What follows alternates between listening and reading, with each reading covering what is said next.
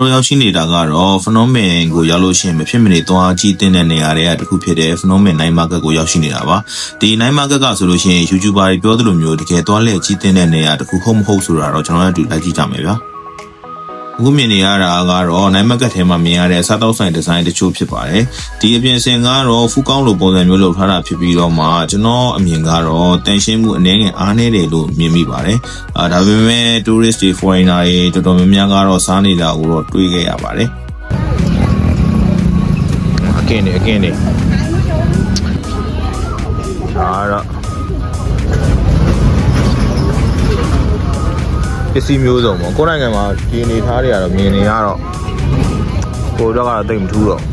ထူးဆန်းတော့ကျွန်တော်အမြင်ပြောရရင်တော့ Night Market က level ချင်းစရာကောင်းတဲ့နေရာတွေကတခုတော့မဟုတ်ခဲ့ပါဘူးအဲဒါကြောင့်မို့လဲ Night Market မှာခဏလောက်ပဲလဲပြီးတော့မှကျွန်တော်တို့ monument တွေရှိတဲ့နေရာကိုဆက်ပြီးတော့မှသွားခဲ့ပါတယ်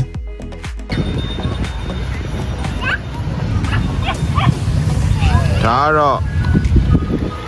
Grab မားထောက်ပြီးရောက်လာတဲ့အမှတ်တရဟုတ်ပါလေဘလုံးမင်းရဲ့မြို့လေကောင်မှာဆိုလို့ရှိရင်ကလေးတွေစောဖို့လူကြီးအပန်းဖြေဖို့လေ့ကျင့်ခန်းတွေလုပ်ဖို့အခုလိုမျိုးပန်းညံအကျယ်ကြီးတွေကို landscaping ကောင်းကောင်းနဲ့လုပ်ပေးထားတာတွေကိုတွေ့ခဲ့ရပါတယ်။ Cambodia နဲ့ Vietnam နဲ့ Friendship Monument တို့ရှိမှ monument တွေကတော့အများကြီးပဲအထိမ်းအမှတ်ဟာတွေကတော့အများကြီးဒီလိုမျိုးလို့ဖက်တစ်ခုစီမှာဒီလို monument တစ်ခုစီရှိ